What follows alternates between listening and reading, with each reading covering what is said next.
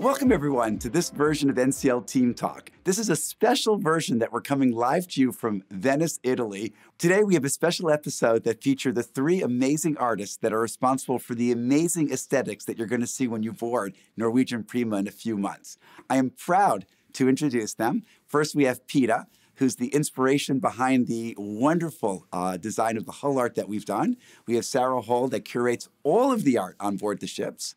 And Alexander Krivosheiw, who's responsible for our sculpture garden, 6 installations on deck 8. Thank you all for joining me today. Thank you for having us. Thank you. Sarah, I'll start with you. So, curating art, that just sounds like incredibly wonderful position to have. So can you tell us a little bit about how you decide what artwork goes on the ship and how our taste in art for the NCL brand has evolved over time? The ship has many different venues, which all have their own personality. And so the art is curated and selected to enhance each space and its aesthetic. I started with Norwegian curating the artwork in 2014. And over time, the artwork on board has evolved from being more decorative on some of the older ships to being much more of a thoughtfully curated collection that enhances our guest experience on the newer ships today. Great. Is there a piece on board that you're particularly proud of or a series of pieces? That is a hard question to answer because that's why I asked I it. pick them all. So I love them all in some form or fashion. So I would say no, there's really not one individual piece that is my favorite. When do you think the art's going to be installed so we can actually see it live with our own eyes? Probably in July, just a few weeks before delivery, June, July. Yes. Can't wait to see it. So, Peeta, you designed the wonderful hull art on board. So, how does this differ from what you would do in a typical installation or a typical mural that you work on? And I know we have some of your pieces here today as background.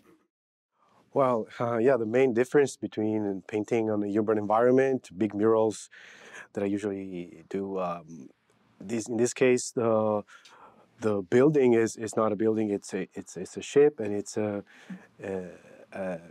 bigger than most of the buildings that I ever painted, and also it's a mean of transportation. It's moving. So the challenge was to be able to create an artwork that could fit my style and my approach to creativity, at the same time be good enough to be more dynamic with more point of views that looks good from every angle, basically. Well, I can tell you that I saw it today, and it does look very good from every angle. So, mission accomplished, Alexander. So talk to us a little bit about the motivation behind what you've done with the sculpture garden on the ship. Yeah, the motivation. One of the hardest things to do was to create a body of work that had an undertone of playfulness, but also had a sophistication element where if you were an art enthusiast or not, you can appreciate both sides of the park. I really wanted to take kind of my best body of work from each era of my life,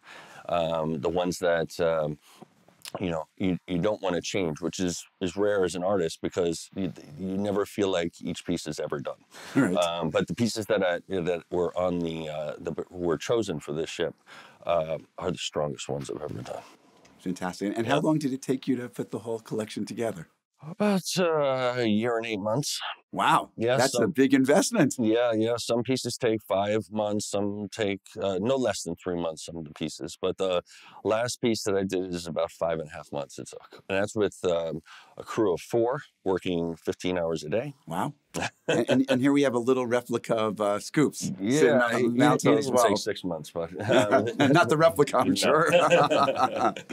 No, but Scoops. That's a very romantic and interesting story because as an artist, it's either feast or famine most of the time. Most of the time we're broke, and during the holidays, what's really hard is, especially for me, was that I was never able to really gift other people gifts. And one year I was just fed up with it. And I said, okay, what can I give without $1 in my pocket? And I looked into my scrap bin of metal and I started pulling them out and making little sculptures. And then eventually I was like, okay, how do I put some meaning into this, right? And I was like, my sister loves dachshunds. And she's like, I mean, she's a dachshund lover since she was a kid. And so I pulled these scraps out, I cut them up, and I used a Picasso era of cubism and used just like the influence and created scoops. Oh, it's to he or she? It's either. I mean, Either a sculptor. It's a sculpture. I always refer to as a she. As a she. Yeah. Well, she's beautiful. Thank you. And hopefully your sister was very happy when she received it. Although she wants it back. Fair enough. So, a lot of our guests, perhaps don't come from a background where they seen a lot of fine art like we have on our ships. What do you say to our guests that are intimidated by the type of installations and work that we've done on the ships? I mean, I don't think anybody should ever really be intimidated by artwork. I feel like some of the people who talk about artwork are the ones that make it intimidating. So hopefully people are more intrigued than intimidated and feel comfortable enough asking about the artwork. I feel like the more personable it is, and the more stories behind it, then the easier it is for people to start relating to it. I like that. So you guys have all now seen the ship, yes? Do you have, other than the art, do you have a favorite part?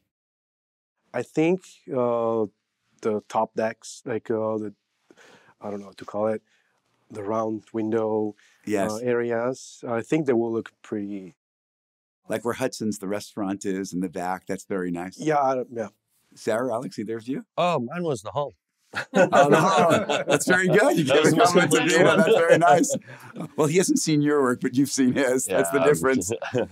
I'm sure when everything's complete and all the work's on there, I mean, it's really going to be a floating museum. Absolutely. That goes to the most beautiful destinations in the world. Yeah, I hear, Sarah, you were saying that there was a $6 million budget for artwork. Yes. And I guess you spent all of it, huh? I've spent all of it. Luckily, we're done. We don't need that much more. So. A labor of love. Yes. I tell you, I liked the back deck there too at Hudson's also. But I got to tell you, those drop slides, I don't know if you saw them from the top deck where you have to go over the railing to get onto a drop slide that goes 10 stories down. I won't be doing that. But it looked super, super interesting. And I think the kids will have a lot of fun. And then we have the 3-story racetrack, which looks amazing too. That I might do, because that doesn't involve going off the side of the ship. So that's a little bit safer.